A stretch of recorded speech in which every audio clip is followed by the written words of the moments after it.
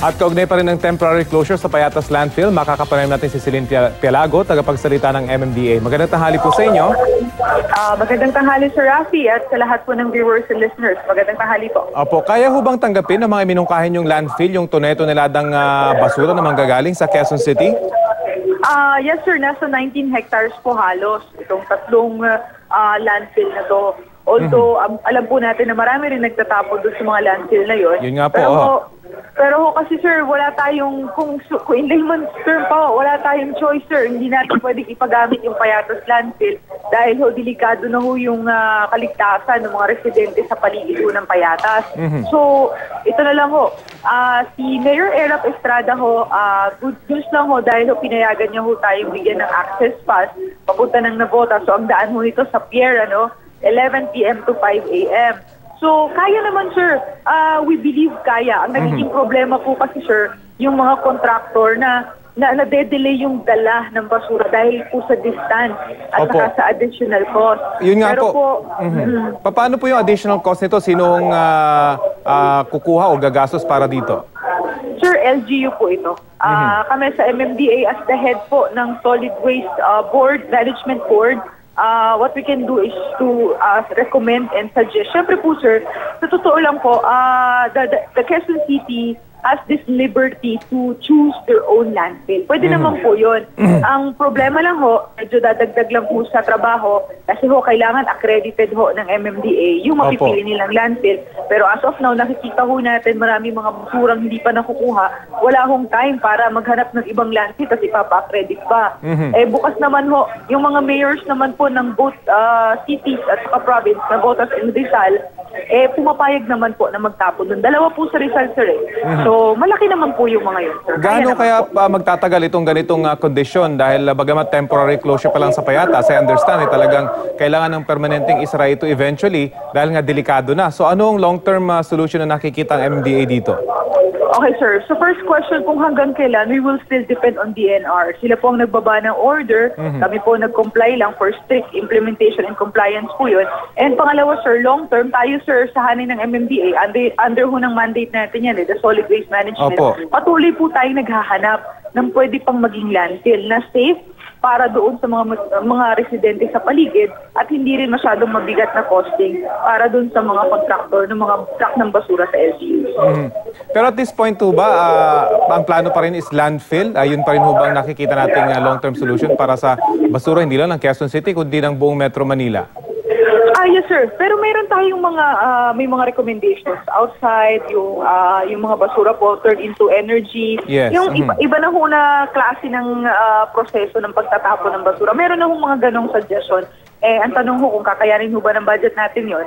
Pero bakit naman hindi po pwede nating i-ayon? Innovation yun. Yun ang makabago sa ngayon. Kasama sa pag-aaral yun. Pero sir, for the meantime, landfill po muna. Naghahanap tayo ng mas malaki, mas safe para sa mga residente sa paligid po. Nabanggit nyo po, pinag-aaralan ngayon yung mga alternatibo dito sa landfill. Pero gaano kaya kabilis ito maipatutupad? Dahil syempre itong mga landfill na to mapupuno na. Lalo na yung dito sa Rizal, dadagdag pa yung basura ng Metro ng Quezon City bukod sa Maynila. So gaano kaya kabilis yung mga plano po ninyo, lalo na yung long-term solution? Yes, sir. Yung long-term solution sa time frame, hirap lang po ako makapagbigay ng kung ilang taon, ilang buwan. Pero sir, ito ang mandate po sa atin ni Chairman Lim, kasama sa pag-solve ng daloy ng trapiko, ito po sa basura. So, titiyakin natin na within his term masusolusyonan natin yun kaagad. Agad-agad yun, sir.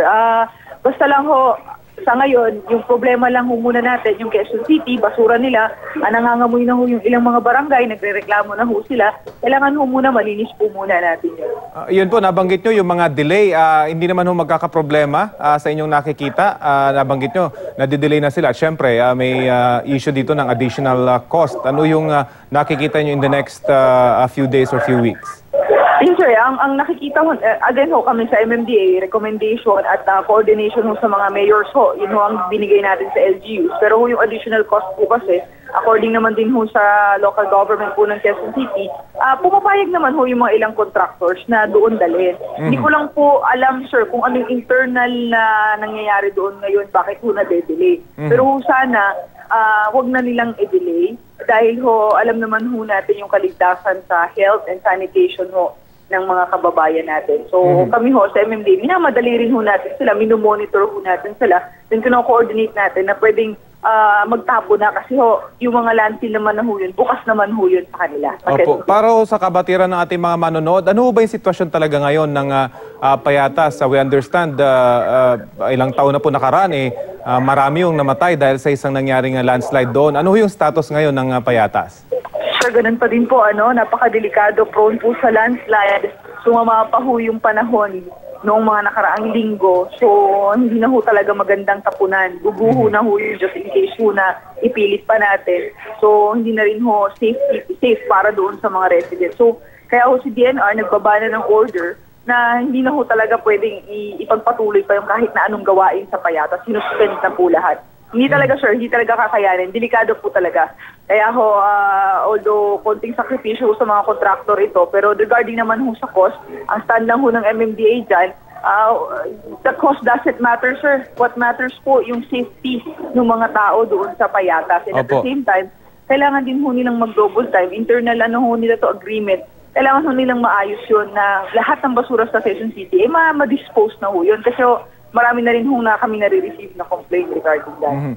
Well, finally po, habang hinahanapan ng solusyon itong problema ng basura sa Metro Manila, ano naman ang panawagan nyo sa taong bayan para naman mabawas-bawasan yung dami ng mga basurang itinatapon ng ating mga kababayan? At gaano ba kadami yung basurang na-regenerate ng mga taga Metro Manila araw-araw? Sir, regarding po sa figures kung gaano kadami, sir, wala ho akong mabibigay na figures. Pero ho, ang truck ho ng basura na itinatapon sa Payatas from Quezon City araw-araw, nag-average po tayo ng at least more than 50. So, ganun ho kadami yun. In imagination, ganun ho kadami, more than 50. So, sir, kami sa MMDA, paalala lang ho natin, the biodegradable and non-biodegradable na bubulok sa hindi na bubulok. Siguro ho, ngayon pa lang ho, alam na natin kung paano sila i-segregate para ho alam natin yung mapa-priority pag dumadating ho yung truck ng basura. Ayun ho, mga simpleng bagay ho na malaking tulong para din ho sa kalinisan ng kanilang bahay, ng kanilang kapaligiran. Yun lang, sir. Rest assured po ang LGU naman ho ng Quezon City nagdo-double time na mahapot lahat So, hindi naman ho siguro ito aabot ng katapusan ngayong linggo. At siguro pagre-recycle doon sa mga basurang hindi naman kailangan pang itapon, baka mapakinabangan pa para hindi dumagdag dito sa ating mga naman tinatapon. Nabubulok. Baka kung pwedeng gamitin pa ay ma-recycle. Yes, sir. Magandang advice po yan. Sige po, maraming salamat po sa inyo. Thank you, Sir Rafi. Si Miss Celine Tirago, tagapagsalita ng MMDA.